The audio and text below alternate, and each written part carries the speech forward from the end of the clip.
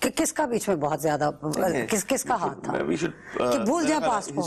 obviously اگر ہم پاس میں رہ گئے تو پھر ہم آگے نہیں جا سکیں گے نا. اب میں یہ لے کے بیٹھ جاؤں کہ جی میرے خلاف نون لیگ کے بندے نے یہ بات کی تھی کانسٹیٹوئنسی میں تو میں جو پی ڈی ایم کے جلسے میں نہیں جاؤں گا. تو اگر ہم یہ چیزیں کریں گے تو پھر ہم عوام کا فائدہ نہیں کریں گے. ہم ایک لارجر کاز کے لیے اکٹھے ہوئے ہیں. تو مجھے لگتا ہے کہ ہمیں پچھلی چیزوں کو بھولنا چاہیے اور آگے کی طرف چلنا چاہیے. اور پیپلز پارٹی تو یہ کرتی ہے. آپ کو تو سب سے زیادہ پتا ہوگا کہ پیپلز پارٹی نے تو کولیشن گورنمنٹ چلائی ہے. ہمارے منسٹر نہیں تھے نون لیگ میں؟ کیا چودھری نثار پیپلز پارٹی کا یوسف رضا گیلانی کیبنٹ میں منسٹر نہیں تھا؟ احسن اقبال منسٹر نہیں تھا؟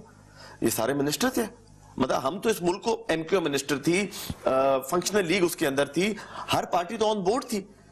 کیوں؟ کیونکہ ہم چاہ رہے تھے کہ ہم مل کے اس ملک کو بہتر کریں. لیکن دین پالیٹکس جب آ جاتی ہے تو ہر کسی کے بٹ وہی جو آپ لوگوں کے اوپر دونوں پارٹیز کے اوپر پی ڈی ایم کی آپ دو ہی مین پارٹیز ہیں, پیپلز پارٹی اور پاکستان مسلم لیگ نواز, کہ صرف اپنے کیسز کی وجہ سے اور اپنے سروائیول کے لیے کہ ہمارے کیا آپ کی جو ٹاپ لیڈرشپ ہے شریف اور زرداریز کہ ان کے اوپر یہ جو کیسز ہیں اگر یہ ہٹ جائیں تو آپ کا یہ سارا اسٹرگل ہی ختم ہو جائے. میں N R O I would choose the word N R O, آپ لوگ این آر او مانگ رہے ہیں. I would put it like this کہ پیپلز پارٹی جو ہے ہم تو کب سے یہاں پر ہیں.